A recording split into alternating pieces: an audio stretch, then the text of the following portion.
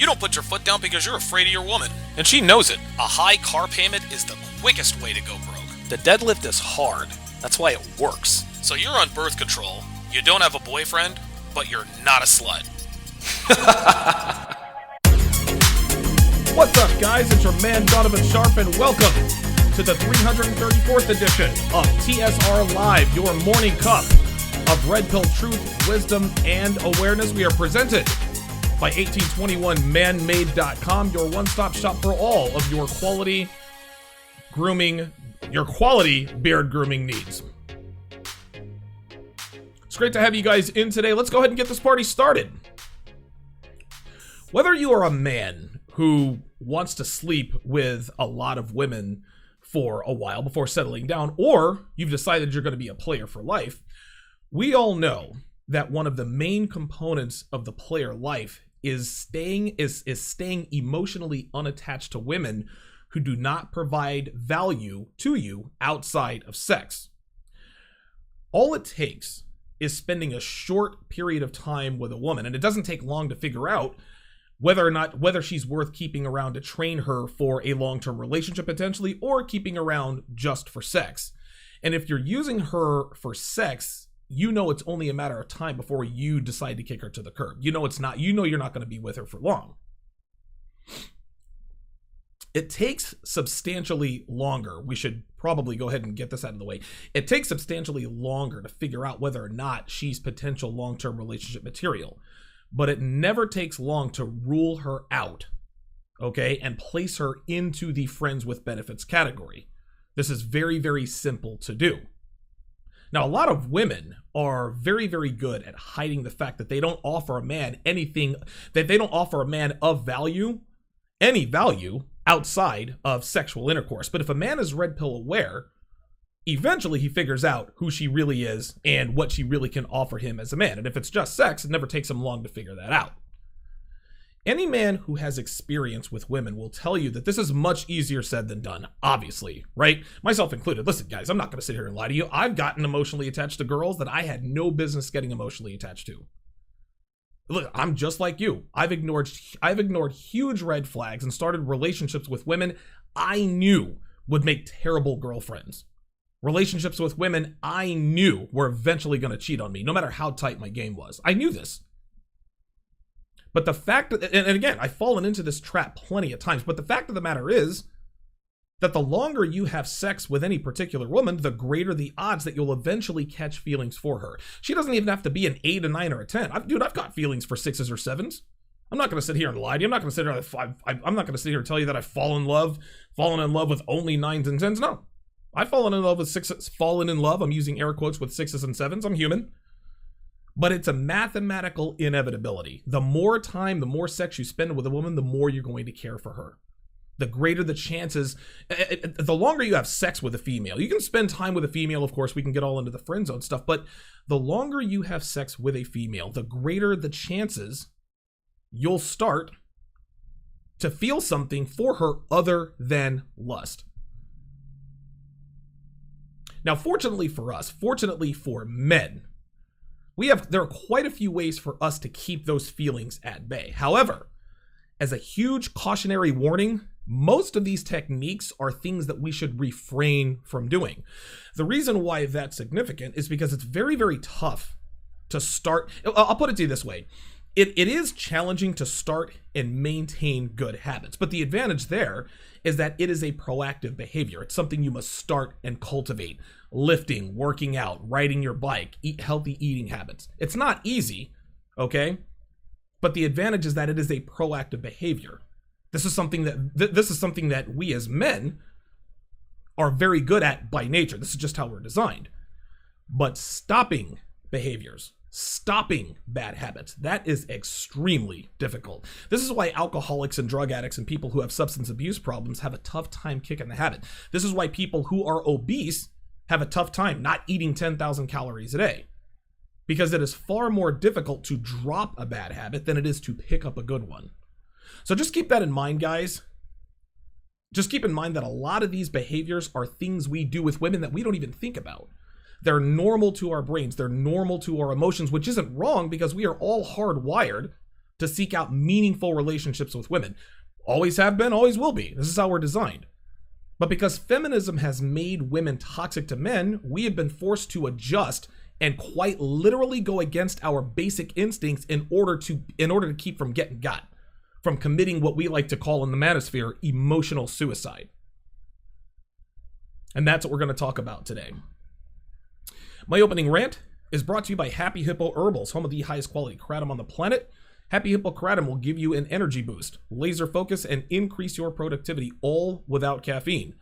Visit happyhippoherbals.com now and save 20% when you pay with Bitcoin. That includes your shipping. It is Friday, September 21st, 2018, and listen, Baker Mayfield has officially, well, he's unofficially won the job. For those of you who watched the game last night, the Browns were down by 14. Tyrod Taylor gets a concussion. Baker Mayfield came in and made an immediate difference.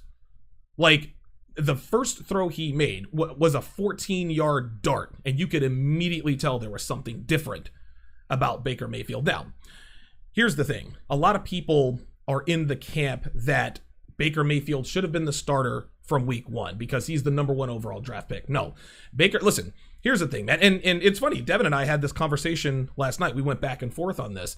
She says, well, what about Carson Wentz? What about Joe Flacco? What about Matt Ryan, who started his rookie? His first pass as a rookie in the National Football League was a 62-yard touchdown pass. I forget who it was to, but his very first pass was a 62-yard touchdown pass, which unofficially ended the Michael Vick era. Anyway, so she points out all of these quarterbacks who start their rookie year. Sam Darnold this year started in his rookie year, right? But here's the thing. If Baker Mayfield had done enough to win the job in training camp, he would have been the starter. If Baker Mayfield had separated himself during training camp from Tyrod Taylor, if Baker Mayfield had made it clearly obvious to Hugh Jackson, the head coach of the Cleveland Browns, that he was a better option, that he was going to give the team the best chance to win, then guess what? Baker Mayfield would have started week one. Hugh Jackson's job is to win football games. And week one, Tyrod Taylor gave him the best chance to win. This is why Tyrod Taylor got the start in week one and Baker Mayfield did not. Case in point, 2010, December 20, I remember this date, December 27, 2010, Matt Flynn comes in and he replaces the injured Aaron Rodgers. He throws for some ridiculous amount of yards. He leads this, comeback win. I forget who they were playing against. But Matt Flynn, I think, started 2 or 3 games and had 3 unbelievable games. Well, he parlayed that into a 3-year, I think it was a 3-year, $15 or $20 million contract with the Seattle Seahawks. The Seattle Seahawks said, Matt Flynn is our guy. He proved himself in Green Bay. He's the guy. He is the guy that we want to be our starter. He's the guy that we want moving forward. Like, he's our guy. He is who we want. But that same year, the Seattle Seahawks drafted a kid out of Wisconsin by the name of Russell Wilson. They drafted him in the 3rd or 4th round. I can't remember. Well, guess what? Russell Wilson outplayed the $15 million a year quarterback in Matt Flynn, and Pete Carroll made the call to give Russell Wilson the job over the high-priced quarterback. It was controversial and it turned heads, but the point is that Russell Wilson outplayed Matt Flynn enough to win that job as a rookie. Now, a lot of times teams will start guys over certain guys because they have a certain amount invested in that guy. That doesn't really happen that often. Football is a meritocracy. If you are the better player, you will get the playing time. Tyrod Taylor was the better player throughout training camp. This is why Baker Mayfield started the season on the bench. So now guys are saying, well, you see, Baker Mayfield should have been the starter all along. No, Hugh Jackson made the right choice. And here, listen, not to take anything away from Baker Mayfield. He immediately looked better. But what you guys have to understand is this. The New York Jets didn't prepare for Baker Mayfield. They don't have any film on Baker Mayfield. This is the first in-game live bullet action that Baker Mayfield has been involved in his NFL career. They had nothing on this kid. What are they going to do? Go back and look at his film from Oklahoma? No. Go back and look at his film from Texas Tech? No. They spent all week getting ready for Tyrod Taylor. Tyrod Taylor gets hurt. In comes Baker Mayfield. He immediately makes a difference. Again, because he is talented and he appears to be the better option, but another reason why is because the New York Jets prepared for a different quarterback. And the quarterback that came in, there's not a book on that quarterback. Now, Baker Mayfield will have to adjust because teams will adjust to Baker Mayfield. They're going to get film on him. They're going to be able to, they're going to do things that are going to stop, they're going to do things to stop him as a quarterback. But as of right now, it would appear that Baker Mayfield is absolutely the best choice for the Cleveland Browns. It appears that way. We'll see what happens moving forward. Conor McGregor has signed a 6-fight deal with UFC, and the financial particulars have not been disclosed, but apparently it is going to make him the richest man in the sport. Listen, Conor McGregor, he's the star. He's a box office draw. And October 5th, he is scheduled to fight. Let me see what this guy's name is. I actually had it written down. Yes, Khabib Nurmagomedov. Oh my God. Khabib Nurmagomedov. Oh my God. Nurmagomedov. Khabib Nurmagomedov. There we go. Got it right. So he's supposed to fight Khabib Nurmagomedov, whatever. You guys know his last name, on October 6th. Now, this guy, Khabib N, this is the guy who was on the bus when Conor McGregor went absolutely apeshit. And he told us as much during the press conference. Of course, Conor McGregor, listen, Conor McGregor is the ultimate showman. He's the ultimate salesman. He says, if he had gotten off the bus, I would have ended his life.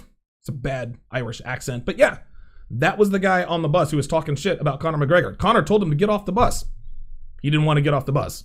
So Conor tried to encourage him to, of course, get off the bus. And that's when he caught the charges and all that good stuff. So, should be a good fight. It's good to see that... rumor has it that he made, I think, something like $100 million off of the Floyd Mayweather fight. And when fighters get rich, fighters lose motivation. It appears that is not the case with Conor McGregor. It looks like at least he still has the fire. But just because he still has the fire doesn't mean that Dana White didn't have to come up off some ends to sign him to this fight. Conor McGregor is the box office draw. He is the A-side. He is the star of UFC, and you need to compensate him as much. A couple of personal things here. I was absolutely right about my dog. For those of you guys who watched my show yesterday, my dog was in and out. He was panting, he was pacing, he was whining, and I said, you know what? I think he needs to poop. So obviously I'm not going to walk my dog during the show. So I put him in the bathroom with the nice tile linoleum floors. Sure enough, right after I get off the air, I go in there, pile of poop. So I certainly called that. So thank God I didn't let him keep walking around. I would have had to smell poop all day long. That would have sucked. Or at least during the show. Devin had a touch of the pink eye earlier this week. And I didn't do her any favors. It's funny, her eye was actually starting to get a little bit better. And so the other night when I fucked her, I gave her a facial. And I was like, oh shit, she's got pink eye. This is probably gonna aggravate it. I was like, so I took my dick and I put it in her. I was like, all right, fuck it, swallow. And I was like, shit. So she's swallowing my cum, but she's still got cum in her eye. And I'm like, ay. And ever since then, her eye has been all irritated. So listen, does sperm irritate pink eye? I don't know, but it certainly doesn't help.